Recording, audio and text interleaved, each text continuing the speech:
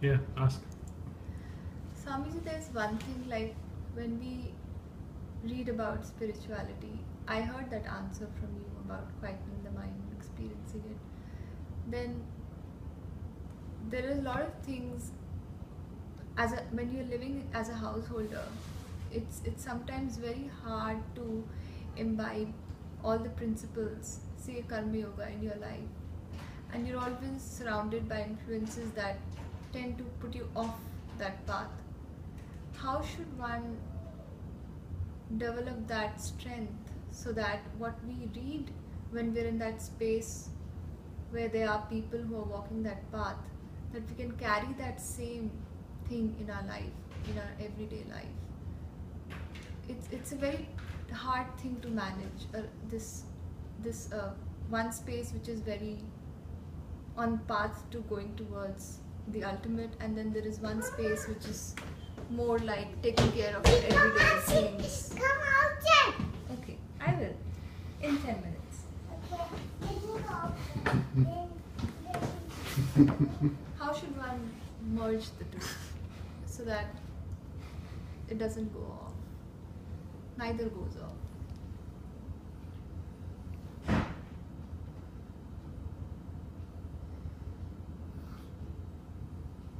Now, something has to inspire us. I mean, we of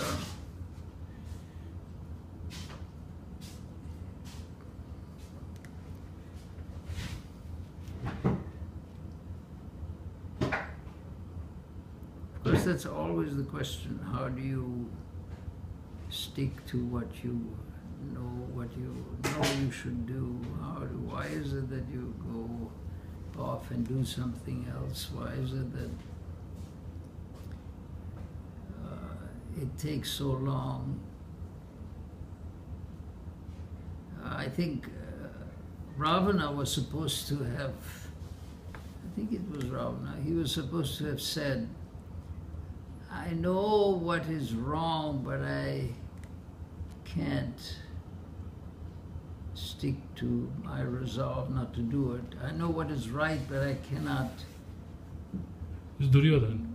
Was it Duryodhana? Duryodhan. Oh. Anyway, that is our basic problem. This is the problem in life. It's very difficult to say what actually will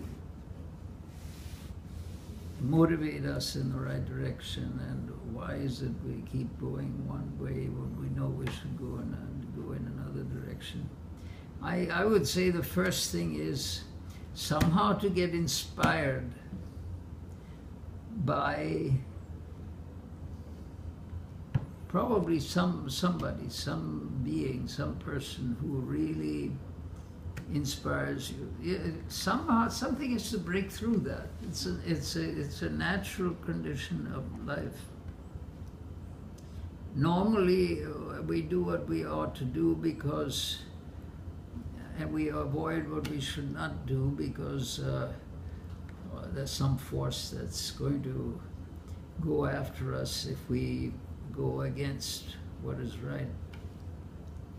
Oh, the police will come after us. We'll get a ticket, or we'll get arrested, or maybe our parents will be angry at us, or something is there that keeps us on the straight and narrow. But this particular path is the straightest and narrowest. And how do you keep inspired to follow that? How do you keep from going off that, what you know you ought to be doing? I would think the first thing is to be truly inspired by someone or something. Because there's no logical answer. How do you get motivated? How do you get inspired to stay on that path and not to go away from it? There's nothing, I mean, I could say all sorts of things, and you've also given advice to many people, oh, you should do this or you should do that. You tell young people when she grows up a little bit, or little Samani, she's going to, want to go this way or that way, you're going to tell her, no, Samani, you should not do this. This is how you should do it. And then since you're big and powerful and she's just a little thing, she's going to be impressed and she'll, my parents will be disappointed, or my friends will be disappointed or something. Swamiji mentioned this one thing. He said there was he had seen, he said the power of public opinion. He had seen a Britisher who had actually participated in some hunting expedition or something, some killing of some animals. He found that this man was ashamed to admit it before his own peers, because he had gone on this expedition and done something which no upright Englishman, no member of the nobility would do. And so when he found out that this had been revealed and that his own people were, had heard about this, he was ashamed, and he could see that this person was being influenced by the opinion of his peers into maintaining the straight and narrow. So this is a universal thing. How do you stay on the path you should really be on? And so early in life, it's our parents that inspire us, and else we're afraid of them or something. They keep us on the path so we don't go off. But then we grow up, and the parents are no longer that powerful for us, because it becomes our own peers, our own friends, our own compatriots, our own co-workers or something. Oh no, I cannot do this, I look bad in their eyes. So you maintain that you don't go into a wrong path. But this works all right up to a certain point, but when it's a question of God, it's not so immediate, You don't necessarily. God, come outside. He's saying something, let's listen. When it comes to God, then we just don't have that force that makes us stay on that path. It has to come only from within ourselves, and then it becomes very weak, because I'm assailed by doubts. Does God really exist? Is this a foolish quest that I'm on? Does it really make sense? Oh, I want to do this. I know I shouldn't, but I want to do this somehow. How is it that we can, what is it that's going to keep us motivated? And I think the first thing it can't be a rational thing, because rational things we know all about. I should behave well because of this or that. We're fully familiar with it, and it's not strong enough. So what is it that keeps us on the path when it's a matter of our own, inner development, our own welfare, our own higher nature that we're trying to reach? What is it that keeps us on this path? It strikes me that the thing that's most powerful is to be inspired by something or someone in such a way that you're just fundamentally, you've seen something so fascinating, so intriguing, and that you just stay committed to that path. Nothing will get you off that path because you've seen a bright light. You've been inspired by something. So it's not going to be something logical. Oh, I should do this, I should not do that. That sort of thing we have fully investigated already, and it's not strong enough. We get off we get off that chosen path. So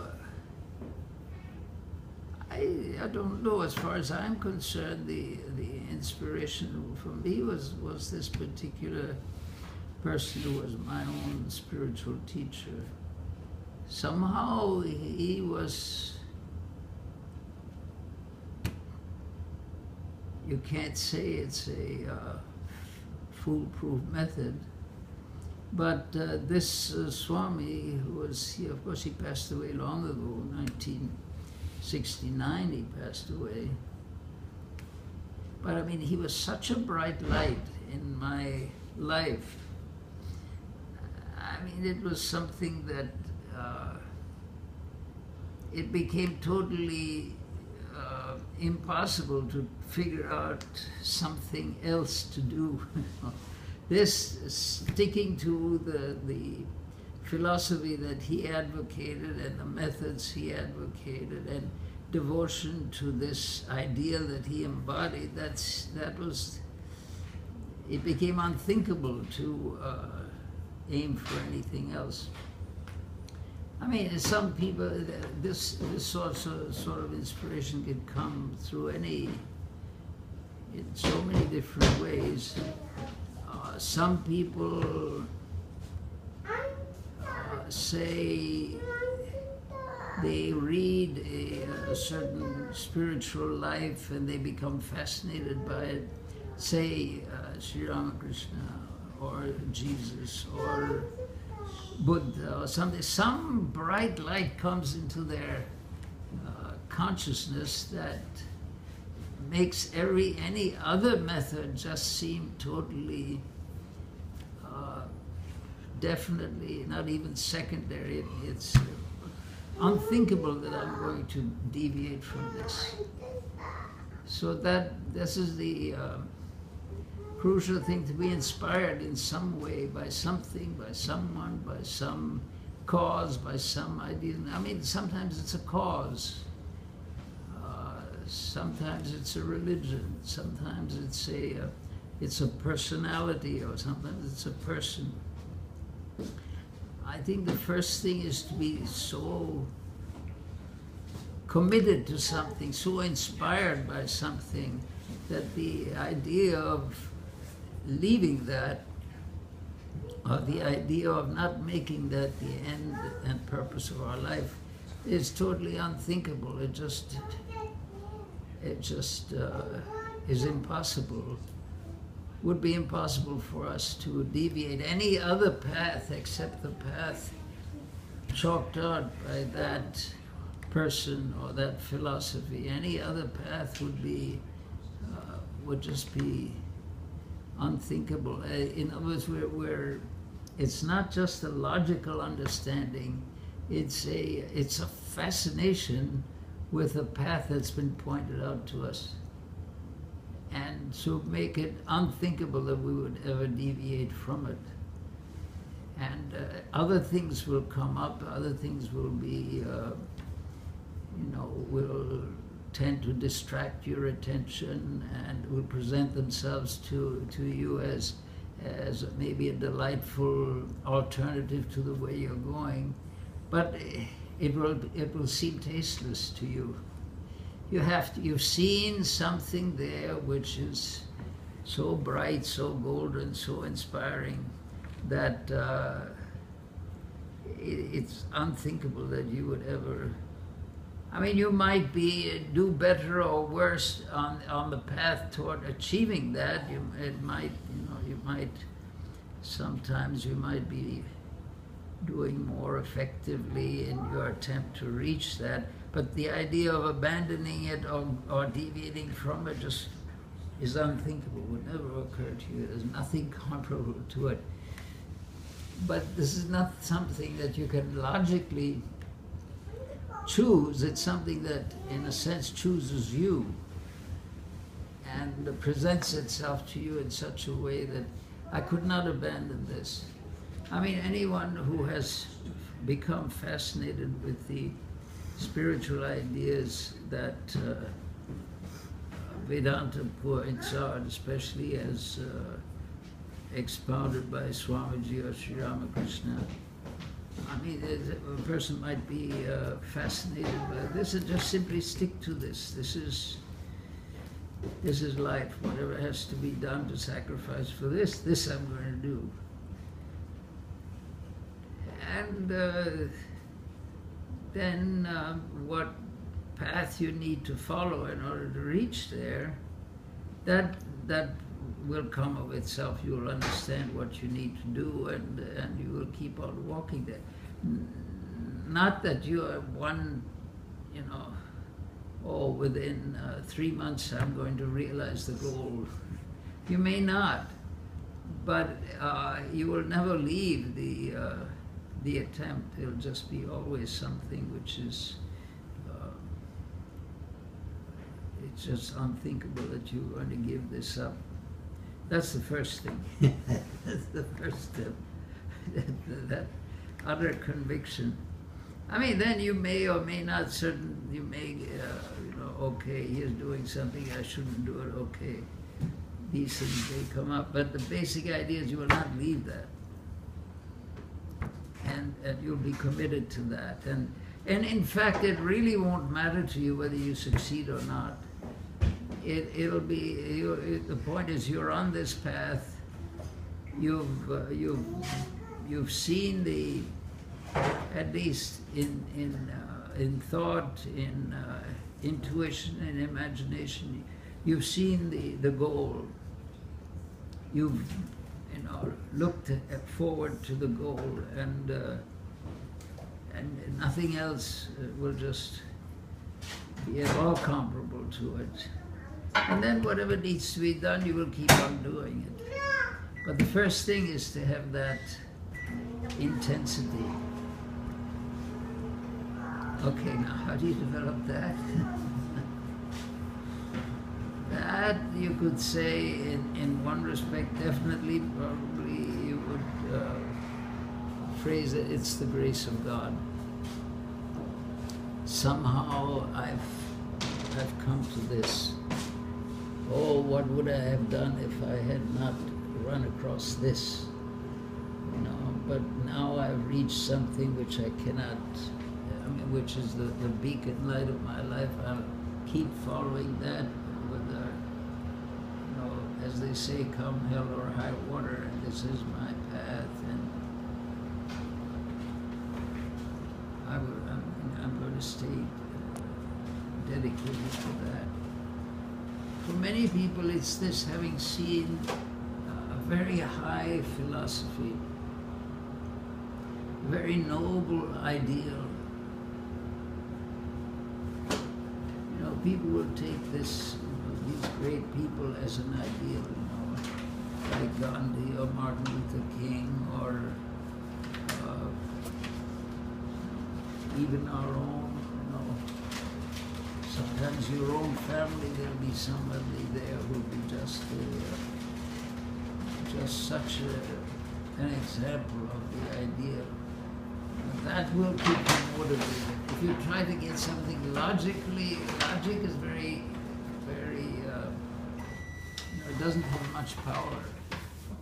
It's something the heart has to be motivated for, to accept and to make the ideal. When you get to that, then, this, it'll be just like a guiding star. You won't. The compass needle never goes off north. It always points to the north. I mean, you can move the compass this way or that way. The needle swings around, but it'll always end up north. So you've seen an ideal, and no matter how your life goes this way or that way, that needle will always point in that direction. That's a wonderful thing. Then you can decide particularly, okay, is it going to be this religion or that religion or this philosophy or that philosophy, this spiritual practice or that spiritual practice. All those things are details that come later. The first thing is to get that inspiration. And that